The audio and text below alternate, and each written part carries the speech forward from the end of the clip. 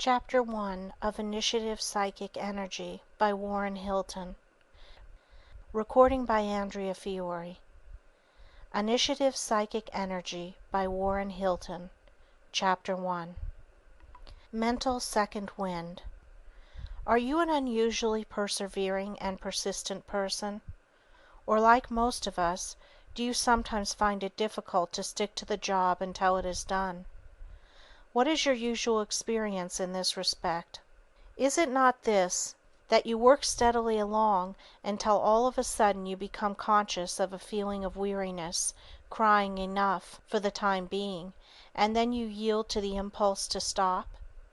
Assuming that this is what generally happens, does this feeling of fatigue, this impulse to rest, mean that your mental energy is exhausted? Suppose that by a determined effort of the will you force your lagging brain to take up the thread of work. There will invariably come a new supply of energy, a second wind, enabling you to forge ahead with a freshness and vigor that is surprising after the previous lassitude. Nor is this all. The same process may be repeated a second time and a third time, each new effort of the will being followed by a renewal of energy. Many a man will tell you that he does his best work in the wee watches of the morning, after tedious hours of persevering but fruitless effort. Instead of being exhausted by its long hours of persistent endeavor, the mind seems now to rise to the acme of its power, to achieve its supreme accomplishments. Difficulties melt into thin air, profound problems find easy solution. Flights of genius manifest themselves. Yet long before midnight such a one had perhaps felt himself yield to fatigue and had tied a wet towel around his head, or had taken stimulants to keep himself awake. The existence of this reserve supply of energy is manifested in physical as well as mental effort. Men who work with their heads and men who work with their hands, scholars and marathon runners, must alike testify to the existence of reserve supplies of power not ordinarily drawn upon. If we do not always or habitually utilize this reserve power, it is simply because we have accustomed ourselves to yield at once to the first strong feeling of fatigue. Evidence of this same fact appears in our feelings on different days. How often does a man get up from his breakfast table after a long night's rest, when he should be feeling fresh and invigorated, and say to himself, "I don't feel like working today," and it may take him until afternoon to get his work a day's stride, if indeed he reaches it at all. You cannot yourself be immune from the feeling on certain days that you are not your best. Somehow or other your wits seem befogged. You hesitate to undertake important interviews, your interest lags, and though crises arise in your business, you feel weighted down and unable to meet them with that shrewd discernment and decisiveness of action of which you know yourself capable. But you realize in your inmost self that if you continue to exert the will and persistently hold yourself to the business in hand, sooner or later you will warm to the work, enthusiasm will come, the clouds will be dispelled, the husks will fly.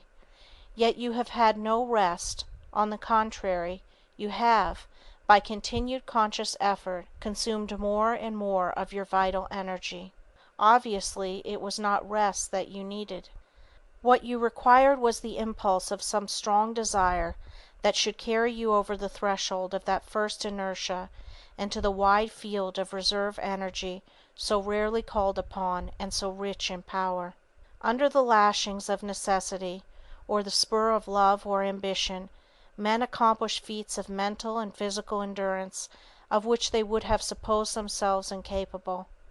Here is what a certain lawyer says of his early struggles: "When I was 23 years old, married and with a family to support, I entered the law course of a great university. Of the many students in my class, 7, including me, were making a living while studying law. By special arrangement I was relieved from attendance at lectures and simply required to pass examinations on the various subjects. and was thus enabled to retain my place as principal of a large public school. During the third and last year of my law course, I was principal of a public school of 2,000 children and an alternate night school with an enrollment of 750, and I worked at the law 3 nights in the week and all day Sunday. After 8 months of this, the final examinations came around. They consumed a full week, from 9 in the morning until 5 or 6 at night. I had no opportunity for review, so I rented a room near the law school to save the time going and coming, and reviewed each night the subjects of examination for the following day. I did not sleep more than 2 hours any night in that week. On Thursday, while bolting a bit of luncheon, a fishbone stuck in my throat. Fearful of losing the result of my year's effort, I returned to my work, suffering much pain, and kept at it until Saturday night, when the examinations were concluded. The next day the surgeon who removed the fishbone said there was no reason why I should have not had a bad case of gangrene. When I look back on that year's work, I don't see how I stood it. I don't see how I kept myself at it, day in, day out, month after month, without rest, recreation, or relief.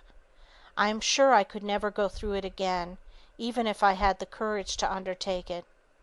I ranked second in a class of 180 in my law examinations, won the second prize for the best graduating thesis, received a complimentary vote for class oratorship, and much to my surprise was soon after offered an assistant superintendency of the public schools by the school board, who knew nothing of my studies and thought my work as a teacher worthy of promotion.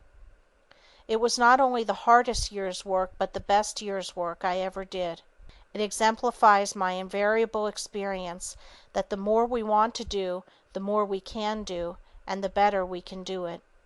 The following is an extract from a letter quoted by Professor James as written by Colonel Baird Smith after the siege of Delhi in 1857, to the success of which he largely contributed. My poor wife had some reason to think that war and disease, between them, had left very little of a husband to take under nursing when she got him again.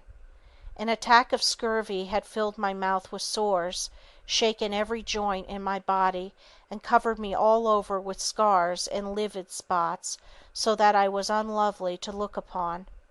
A smart knock on the ankle joint from the splinter of a shell that burst in my face, in itself a mere bagatelle of a wound, had been of necessity neglected under the pressing and insistent calls upon me, and had grown worse and worse until the whole foot below the ankle became a black mass and seemed to threaten mortification.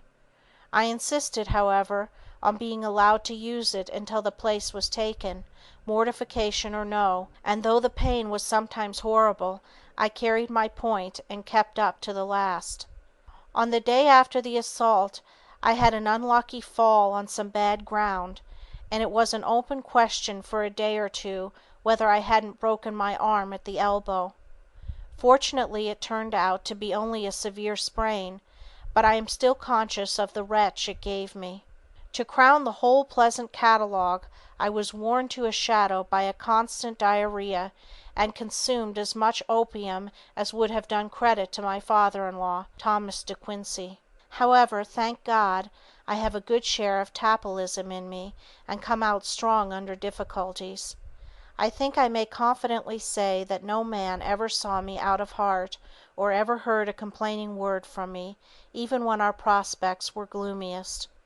We were sadly crippled by cholera, and it was almost appalling to me to find out of 25 officers I could only muster 15 for the operations of the attack. However, it was done, and after it was done came the collapse.